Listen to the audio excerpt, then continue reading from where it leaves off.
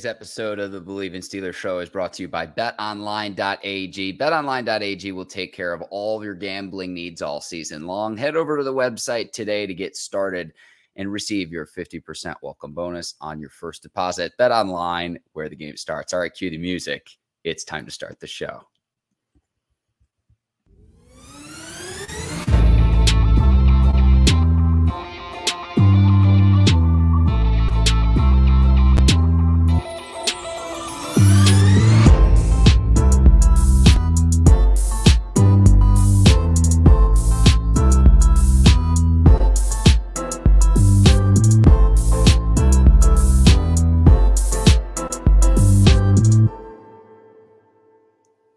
Welcome to the Bleav in Steelers show on the Bleav Network. I'm your host, Mark Bergin, providing my reaction to the Pittsburgh Steelers 20-10 win against the New Orleans Saints. Steelers coming out of a bye week, and they put up their most impressive performance of the season.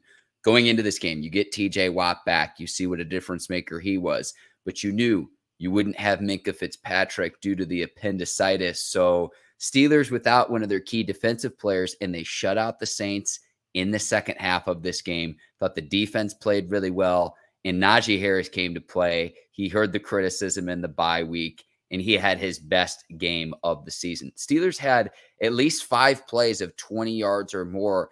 They came into this game without a run of more than 20 yards, and they had several in this game. But Najee Harris, to me, game ball would go to him. 20 carries, 99 yards on the ground for Najee, and this was a Steelers running game. 217 rushing yards on the ground as a team, most for the Steelers since 2016. So it's been several years since they've had this kind of rushing output, and it was the key difference maker on Sunday's game. 217 rushing yards for the Steelers, most since December 11th, 2016, when they played the Buffalo Bills. They had 240 in that 2016 game. So Steelers get back to their roots there. And I liked what Kenny Pickett did, to where if he didn't have it downfield, tuck it and use those legs, young man. Jaylen Warren making plays in the backfield too. And it's a Saints team that's not very good, don't get me wrong, but Steelers coming out of the bye week, and they did some things and they made some adjustments that we've talked about, like getting George Pickens the ball, getting Pat Freiermuth going, getting Najee Harris out in space, getting Jaylen Warren the ball out in space. And really, the key in this game to me was this. It was the sequence of the Damontae Kazee interception.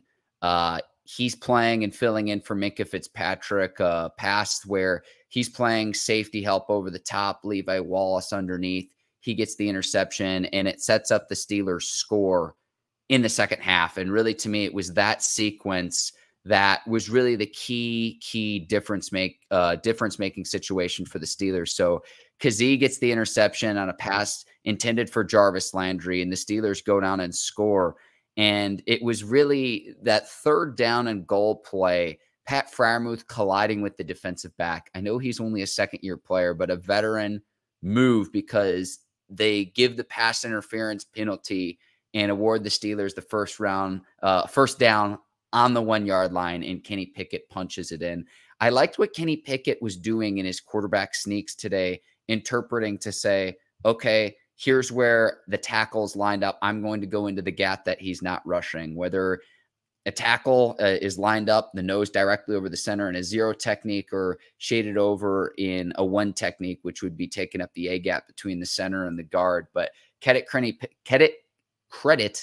Pickett on that play to understand and have the wherewithal of, okay, here's where I should take the football there. I don't think Pickett played particularly great in today's game, considering he was 18 of 30, 199 yards passing, no touchdowns, no interceptions, but it was really the running game. 99 yards from Harris, 51 for Pickett, 37 from Warren.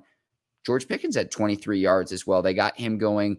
A little bit of creativity. I'd like to see both Pickens and Freiermuth get more and more targets now that Chase Claypool's over in Chicago. But it was really that interception by Kazee that set up the touchdown, and it was able to put the Steelers up by 2 possessions in this game. And that was really the key difference, because then the Saints are playing from a deficit. Credit the Steelers defense to bottling up Alvin Kamara. Kamara, as good as their running back there is in space in this game. And the Steelers didn't give up a play beyond 20 yards today. And the Saints have some good offensive players. I'm talking about Chris Olave. I'm talking about Jarvis Landry. I'm talking about Alvin Kamara. And the Steelers defense came to play today. They played outstanding football today. And coming out of the bye week, that really, really excites you. The Steelers now at 3-6. The Saints fall to 3-7 after the game. And really that double-digit deficit able to put the Saints away. And I thought Najee Harris was more decisive in his runs today. I really did. Thought it was one cut. Let's go north and south. He can be more of a moose than a gazelle, if you will. And to me, that was really impressive. Now, the Steelers going into next week in week 11, one thing I want to see, let's call Nick Sciba back on the phone and get him back on the roster, because Chris Boswell is going to be out for the next few weeks. And Matthew Wright missed 2 field goals today. And the snapping was a little suspect on a few of them and Christian Kuntz, but that last field goal wasn't even close. And that's on the kicker. And if you're a kicker, you got to make them. Now, in week 10, the Steelers are going to take on the Colts on November the 28th. So if my math is right, that's going to be on Monday Night Football. I'm going to double check that really quickly. November the 28th against the Colts, and Jeff Saturday, the interim there. Yes, the Steelers are going to be on Monday night on the 28th against the Colts. I'm getting ahead of myself here, though. The Steelers had the Bengals in week 11, Sunday afternoon, also game in Pittsburgh. So the Steelers took care of the Bengals in week 1 of this season. We'll see what they can do against their AFC North rival here next week, now that the Steelers improved to 3-6 after today. But if I'm Pittsburgh, I'm going to go on and let's call up Nick Sciba, bring him back for the next few weeks so he can fill in until Chris Boswell gets right.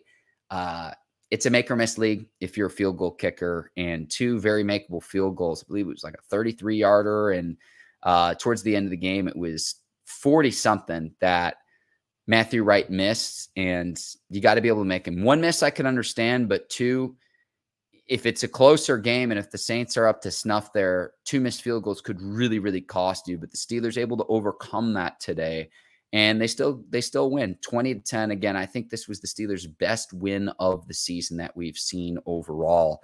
And it was just exciting to watch. Finally, it wasn't miserable watching a Steelers game, because this is an offense that's really struggled, but there was complimentary football today. One other thing I noticed too, Andy Dalton targeting Robert Spillane in coverage. I know that the Steelers typically play cover 2, but Juwan Johnson, able to get open several times against the Steelers offense, I thought was a playmaker for the Saints, but the Saints not able to score in the second half, and the Steelers defense make the adjustments in the second half.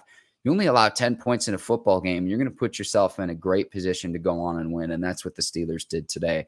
You see what a difference it makes for TJ Watt being back, because that frees up, and that's where guys like Alex Highsmith, Cam Hayward, and company can eat, because the attention that Watt garners and draws, it frees up things for players like Highsmith to where they then get one-on-one situations, whereas when Watt's not playing, that's not always the case. So TJ Watt back playing for the Steelers, you see what a key difference he makes, a consistent playmaker for the Steelers coming off the edge, and glad to see him back out on the field doing his thing in a Pittsburgh Steelers uniform. But the Steelers get the win today, 20-10. Ike Taylor and I are going to be back on Monday providing our reaction to this Saints game. I'll go ahead and sign off here. My name is Mark Bergin. Thanks so much. Enjoy the rest of your Sundays and the rest of Week 10. We'll see you on Monday here on the Bleav in Steelers show.